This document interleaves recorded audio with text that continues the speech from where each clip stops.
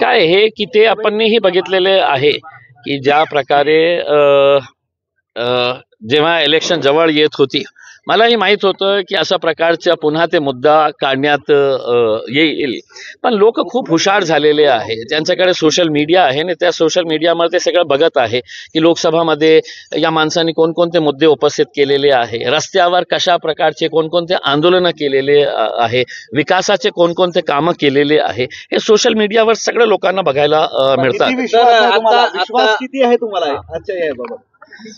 मला पहिले 2019 मध्ये 100% विश्वास होता, यावेळी 200% विश्वास. राज्यामध्ये मतदानाची टक्केवारी घटते आहे, आज चित्र संभाजीनगरमध्ये कसं आहे? आणि काय आहे की एक खूप चिंतेची बाब आहे की ज्या प्रकारे आपल्याला देशामध्ये जे एक कमी पर्सेंटेज आपल्याला वोटिंगचा बघायला मिळत आहे, ते लोकशाहीला खूप धोकादायक आहे. आणि त्याचं कारण काय आहे हे स्पष्ट झालेलं आहे की लोकांचा विश्वास या राजनीतीवर आणि आपला पॉलिटिकल सिस्टमवर संपू लागलेला आहे. म्हणजे मतदान ते एका कॅन्डिडेटला करता विश्वासाने, कारण त्याला दुसरे जे कॅन्डिडेट्स आहेत ते त्यांना पटत नाही, म्हणून एका कॅन्डिडेटला ते मतदान करता. निवडून आल्यानंतर ते पैसे घेतो किंवा कोणत्या लालसामुळे ते दुसऱ्या पक्षामध्ये जातो. म्हणजे लाखो जे मतदार आहे त्यांचा धोका करण्याचं हे काम करतं.